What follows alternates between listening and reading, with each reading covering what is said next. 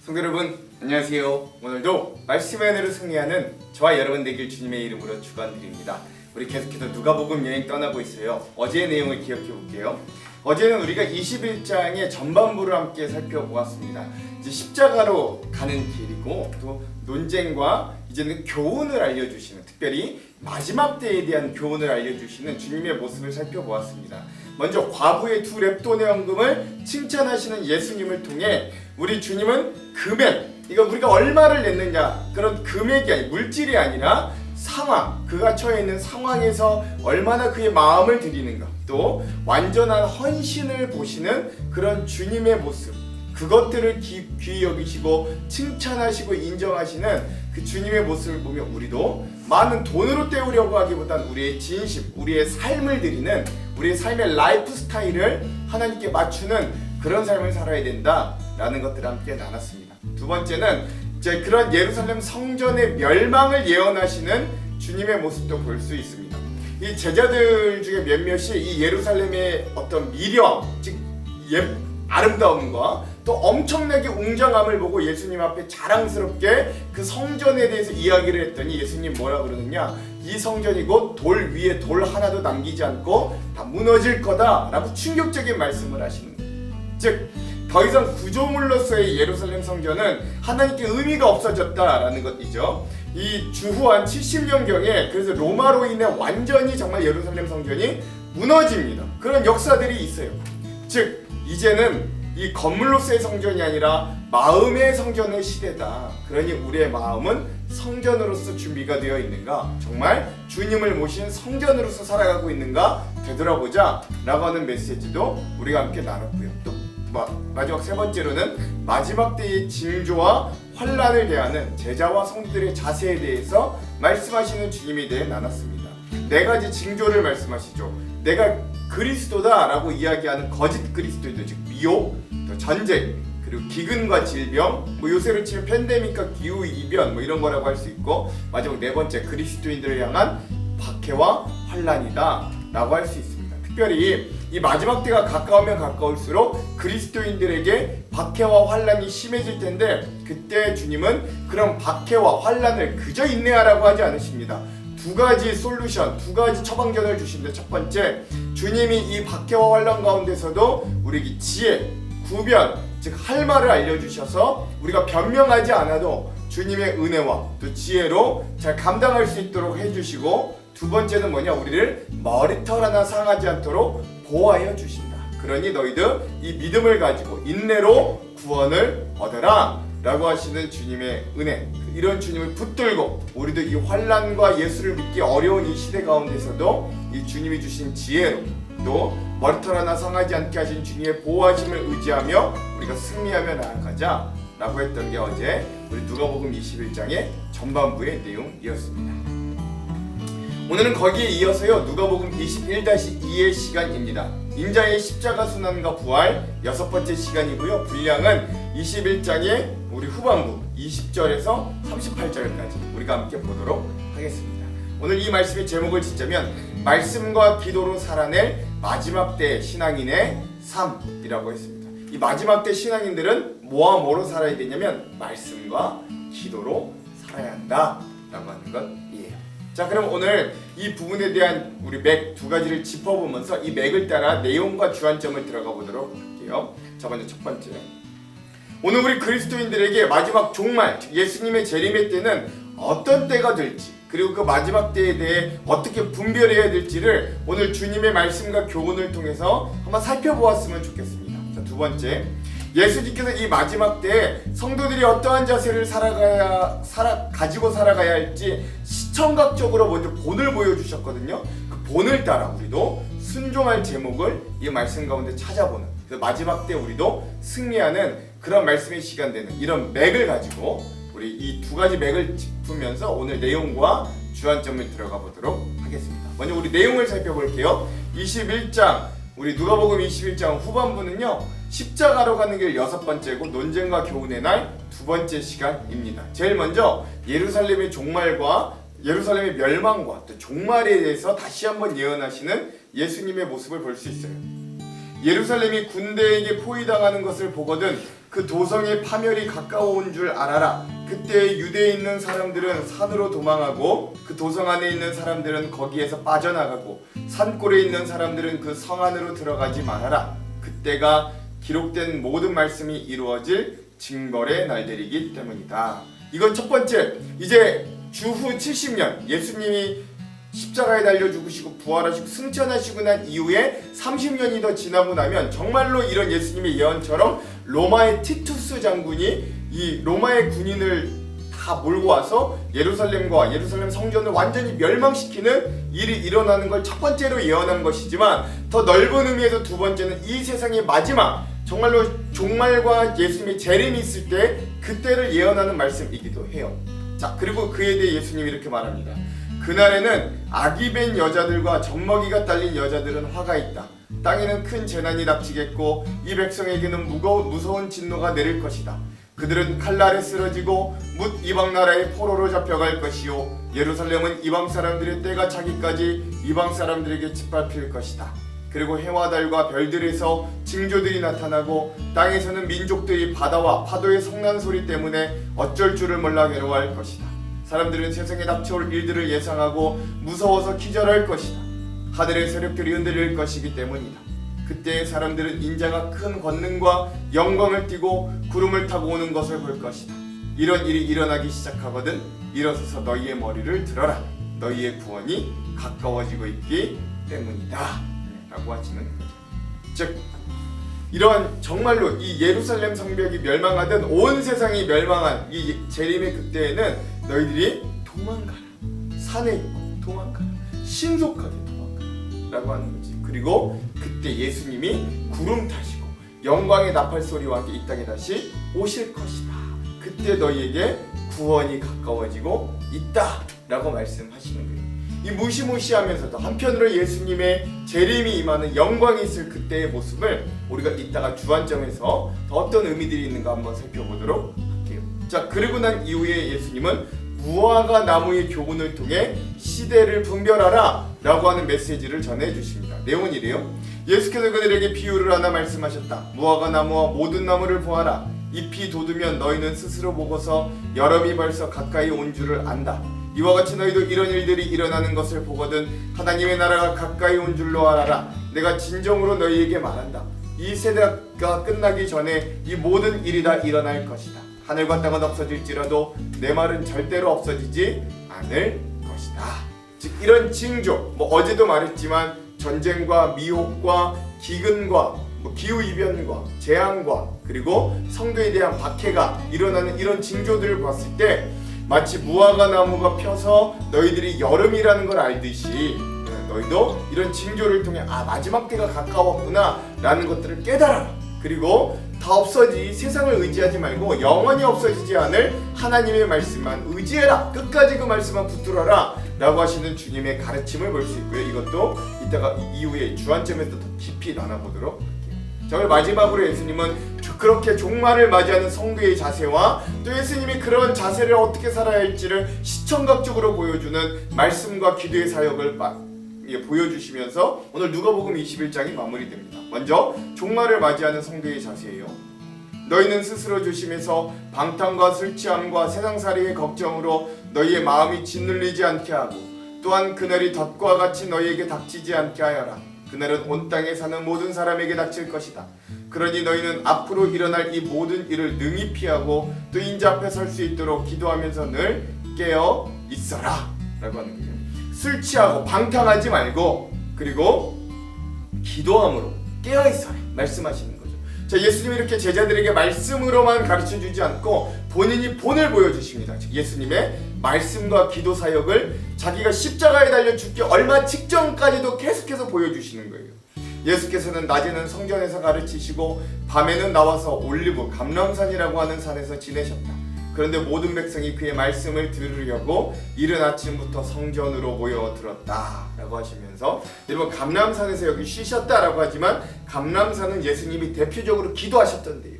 예수님이 감람산 가시면 쉬셨다라는 표현이 기도하면서 사역을 되돌아보고 충전하셨다라고 하는 것으로 보시면 맞죠. 즉 말씀과 기도 사역을 여전히 마지막에 가까운 때에도 행하시는 주님의 모습을 보여주면서 오늘 누가복음 21장의 말씀이 마무리됩니다. 이 부분도 주안점에서 더 깊게 나눠보도록 할게요.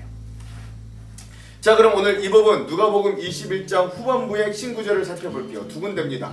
33절에서 34절 그리고 36절이에요. 먼저 33절 34절. 천지는 없어지겠으나 내 말은 없어지지 아니하리라. 너희는 스스로 조심하라. 그렇지 않으면 방탕함과 술 취함과 생활의 염려로 마음이 둔하여지고 뜻밖의 그날이 덫과 같이 너희에게 임하리라. 36절. 이러므로 너희는 장차 올 이 모든 일을 능히 피하고 인자 앞에 서도록 항상 기도하며 깨어있으라 하시니라. 아멘. 그렇죠. 즉 마지막 때가 가까우면 가까울수록 술 취하지 말고 방탕하지 말고 기도함으로 깨어있는, 또 말씀으로 깨어있는 그런 자들이 되라 라고 이야기하시는 이 주님의 말씀을 오늘 누가복음 21장 후반부의 말씀의 핵심 구절로 삼아 보았습니다.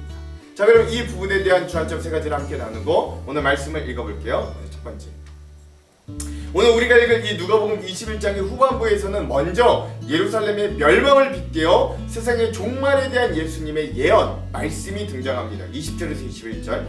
너희가 예루살렘이 군대들에게 에워싸이는 것을 보거든 그 멸망이 가까운 줄을 알라. 그때 유대에 있는 자들은 산으로 도망갈 것이며 성내에 있는 자들은 나갈 것이며 촌에 있는 자들은 그리로 들어가지 말지어다. 아멘. 이 말씀은 1차적으로 주 AD 70년경에 예루살렘 성전이 무너질 때의 상황에 대한 예언의 말씀이에요. 예수님이 그렇게 예언하신 거죠. 그리고 주 70년에 예루살렘과 성전이 로마 군대에 무너지기까지 유대인들은 로마 군대와 한 7년 동안 전쟁을 벌였습니다. 그러나 예루살렘과 성전이 멸망되기 직전 마지막 몇 달 동안 유대인들은 110만 명이나 죽임을 당했다고 해요. 즉 로마 군대가 예루살렘 도시를 완전히 포위하면서 수많은 어린아이들과 부녀자들이 죽었습니다. 이거 역사적으로 맞는 사실 이야기예요.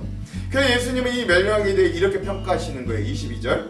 이 날들은 기록된 모든 것을 이루는 징벌의 날이니라. 아멘. 그러나 이러한 전쟁의 환란 중에서도 주님의 말씀을 따라 예루살렘이 로마의 군대에 의해 포위되기 전에 미리 그것을 빠져나가 도망간 사람들은 살아남을 수가 있었습니다. 이렇게 예수님께서는 예루살렘 성전의 멸망의 징조를 통해 장차 세상의 종말의 징조를 또한 알려주시는 거예요. 지금 우리가 살아가고 있는 이 시대의 모습을 잘 살펴보면 예수님이 말씀하신 종말의 징조들을 많이 발견할 수 있습니다.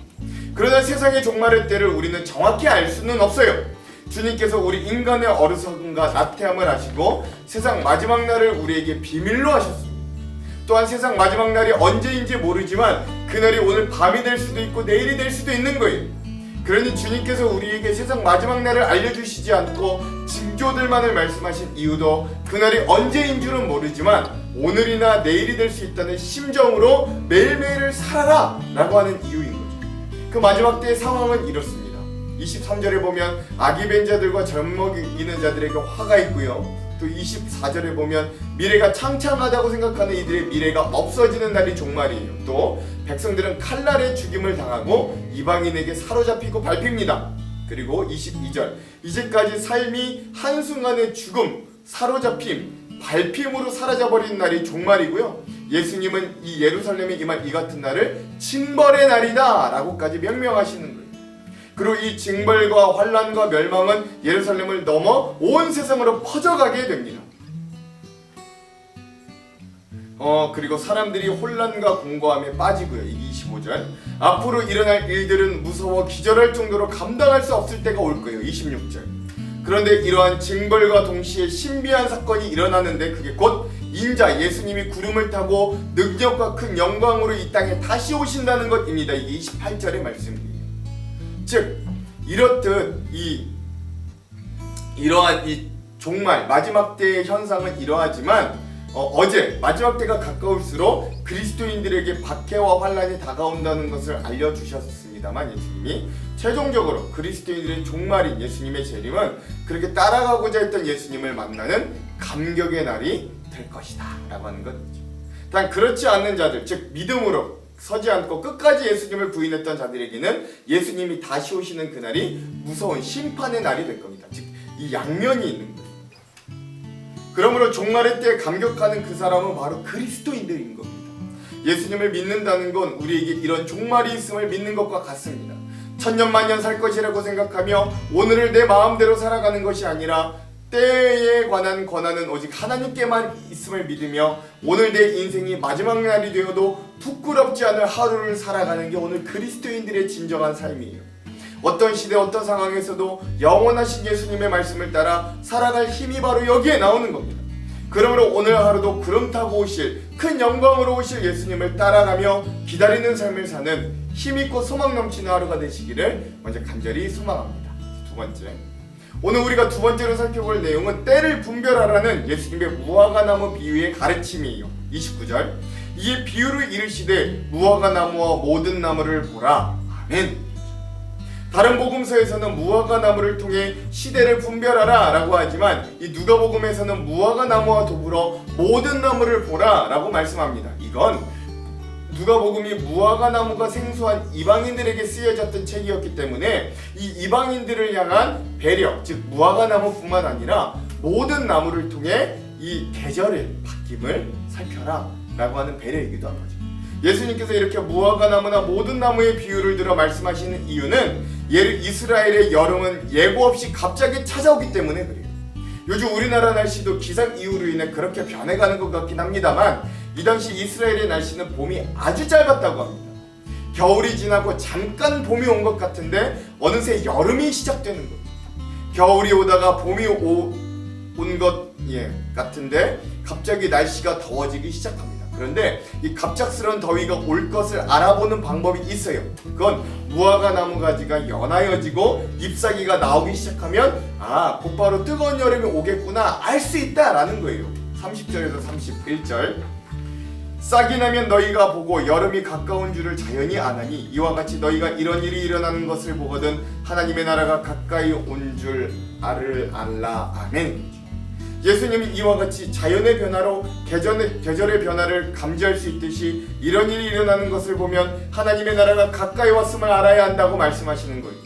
여기서 이런 일이란 본문 직전에 기록된 성전 파괴와 예루살렘의 멸망과 종말에 있을 징조들을 가리키는 거예요.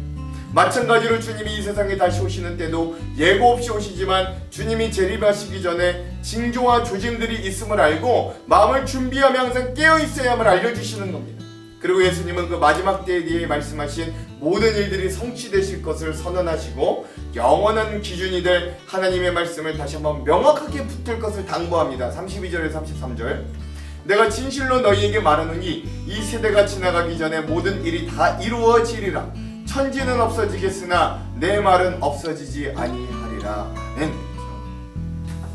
예수님은 곧 자신이 말한 모든 것들이 다 이루어질 것이니 곧 이 세대가 가기 전에 이루어질 것이니 마지막 날에 심판의 대상이 되어 없어질 천지와 영원한 말씀을 비교하며 우리가 무엇을 붙들고 살아야 될지 강력한 힌트를 주시는 거예요.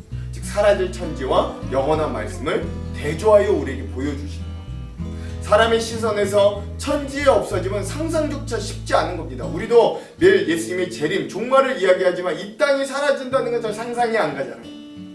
평생이라고 해봐야 땅 위에 잠시 생명을 유지하는 존재에게 하늘과 땅이 없어지면 그 지식을 넘어서는 일이기도 합니다.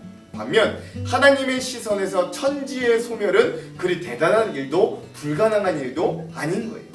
우리의 신앙 고백의 처음은 천지의 시작이 하나님의 창조로부터 시작되었다고 하는 것들을 기억해 보자면 우리는 그 끝도 지으신 분에 의해 마감될 수 있다는 걸 쉽게 가늠해 볼 수 있습니다. 이게 믿음의 고백이에요. 그러므로 오늘도 영원히 사라지지 않을 하나님의 말씀에 우리의 삶의 기준을 두고 그 말씀을 붙들고 살아가야 합니다. 아무리 화려해 보이고 거대해 보이고 힘이 있어 보여도 결국 사라져 없어질 것에 우리의 인생을 거는 어리석음을 범하지 마시기 바랍니다.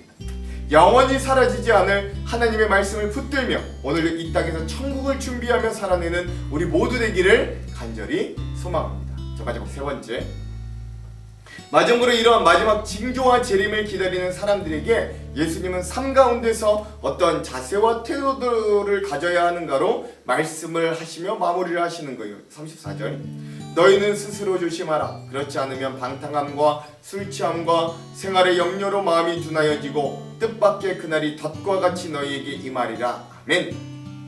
마지막 때에 영원히 사라지지 않을 말씀만 붙들라고 하신 예수님께서는 그러므로 스스로 말씀 밖의 삶을 경계하라 라고 말씀하십니다. 스스로 조심하지 않으면 방탕함과 술취함과 생활의 염려로 마음이 둔하여진 채 멸망을 맞이하기 때문에 이런 말씀 밖에 있는 것들을 경계하라 라고 하시는 거죠. 방탕함은 아버지를 떠났을 때 우리의 모습을 말합니다. 누가복음 15장에서 탕자, 둘째 아들이 아버지를 떠나 먼 나라에서 살았을 때의 삶을 가리켜 성경은 허랑방탕한 삶을 살았다라고 하였어요. 즉 아버지인 하나님을 떠나 자신의 삶의 주인이 되어가는 삶이 바로 방탕한 삶입니다. 보이지 않는 하나님은 무시한 채 자신의 욕망에 따라 술과 쾌락으로 살아가는 삶이 방탕인 거예요. 그래서 이 방탕함에는 술 취함이 아주 중요하게 포함됩니다. 에베소서 5장 18절은 이렇게 이야기해요. 술 취하지 말라. 이는 방탕한 것이니 오직 성령으로 충만함을 받으라. 아멘. 이런 바울의 말을 통해 볼 때 방탕하여 술로 충만함 대신에 우리가 추구해야 될 건 성령님의 충만함이에요. 또한 생활의 염려는 누구에게나 찾아오지만 이런 생활의 염려를 맞이하는 방법은 판이하게 다릅니다. 아버지를 떠난 자에게 염려는 깊은 나락으로 떨어지는 것과 같지만 우리 그리스도인들에게 염려는 오히려 새로운 시작이 됩니다. 어떻게 할 수 있냐? 빌립보서 4장 6절에서 7절은 이렇게 말해요. 아무것도 염려하지 말고 다만 모든 일에 기도와 간구로 너희 구할 것을 감사함으로 하나님께 아뢰라. 그리하면 모든 지각에 뛰어난 하나님의 평강이 그리스도 예수 안에서 너희 마음과 생각을 지키시리라. 아멘. 이런 빌립보서의 바울의 말처럼 그리스도인에게 염려는 기도가 시작되는 자리입니다.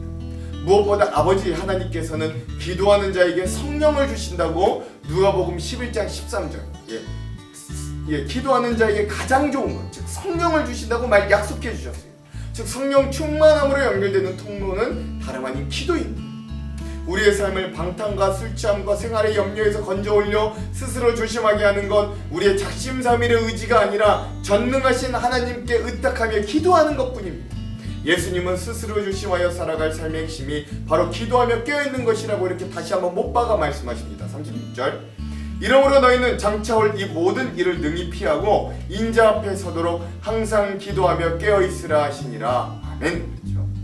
그러므로 오늘 우리에게 종말의 날이 다가왔을 때 그날이 멸망의 날이 아닌 인자 되신 예수님 앞에 서는 날이 되기 위해 우리는 항상 기도하며 깨어있을 수 있어야 됩니다. 기도는 하나님과의 친밀한 교제이며 교통하는 걸 의미해요. 깨어있음은 세상의 미혹, 세상의 현상들로부터 마음의 짓눌림을 당하지 않고 하나님과 바른 관계 속에 있는 것을 의미합니다. 그래서 예수님은 이를 항상 실천해야 함을 강조하시며 자신이 먼저 시청각적으로 교육해 주시는 모습을 오늘 말씀의 마지막까지 보여주시는 거예요. 그래서 오늘 본문의 마지막 37절, 38절은 예수님께서 말씀과 기도로 삶을 채우시는 모습을 보여주면서 말씀을 마무리합니다. 37절과 38절 예수께서 낮에는 성전에서 가르치시고 밤에는 나가 감람원이라는 산에서 쉬시니 모든 백성이 그 말씀을 들으려고 이른 아침에 성전에 나아가더라. 아멘. 그렇죠. 십자가 죽음을 며칠 앞둔 예수님께서는 매일같이 성전에서 사람들을 가르치시며 허락된 하루하루를 충실히 살아가셨습니다. 즉 말씀으로 사신 거예요. 예루살렘에 있던 사람들은 그 예수님의 말씀을 듣기 위해 이른 아침부터 성전에 몰려들었습니다. 그리고 밤에는 우리가 읽은 말씀에서 감람산에서 쉬셨다고 나왔지만 사실 그곳 기도의 동산으로 알려진 감람원에서 제자들에게 거듭 기도할 것을 교훈하시며 직접 기도하며 예수님은 보내셨어요. 기도로 채우셨던 거죠. 즉 예수님도 자신의 사명의 완수를 앞두고 항상 기도하며 깨어있으셨음을 증명하여 말씀과 기도로 채웠던 삶임을 시청각적으로 본을 보여주신 거예요. 기도는 예수님의 삶에서도 핵심이었기 때문에 제자들은 예수님께 기도를 가르쳐달라고 했었고 예수님께서 마지막까지 하나님의 뜻에 순종할 수 있었던 것도 이 기도를 통해서였습니다. 그러기에 예수님은 오늘을 살아가는 우리 그리스도인 우리에게 천지가 없어질 때 없어질 허망한 것들을 쫓지 말고 영원한 하나님의 말씀을 따라 살기를 위하여 기도하고 깨어있으라고 말씀하시는 거예요. 그러므로 하나님께서 주신 오늘을 항상 기도하고 깨어서 살아갈 수 있어야 됩니다. 예수님께서 말씀하신 종말과 마지막 때가 우리가 언제인지는 정확히 잘 모르나 적어도 오늘 하루만큼은 가까워졌음을 우리가 기억하며 항상 기도하고 말씀으로 깨어있어 승리하는 우리의 삶이 되기를 주님의 이름으로 축원드립니다. 기도할게요. 하나님, 이 마지막 때 우리도 말씀과 기도로 깨어있기를 간절히 소망합니다. 여러 징조들을 보며 주님이 오실 마지막 때가 가까웠음을 알게 하시고 우리의 마음이 술 취함과 방탕함과 하나님 세상의 것들로 채우지 않게 하시며 오로지 기도함으로 성령 충만함으로 말씀 가운데 거함으로 마지막까지 승리하는 승리자들이 다 될 수 있도록 인도하여 주시옵소서. 우리를 그렇게 하실 주님을 기대하며 예수님 이름으로 기도합니다. 아멘.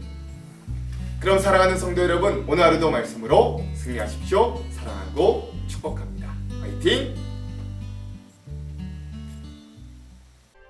너희가 예루살렘이 군대들에게 에워싸이는 것을 보거든 그 멸망이 가까운 줄을 알라. 그때 유대에 있는 자들은 산으로 도망갈 것이며 성내에 있는 자들은 나갈 것이며 초원에 있는 자들은 그리로 들어가지 말지어다. 이날들은 기록된 모든 것을 이루는 징벌의 날이니라.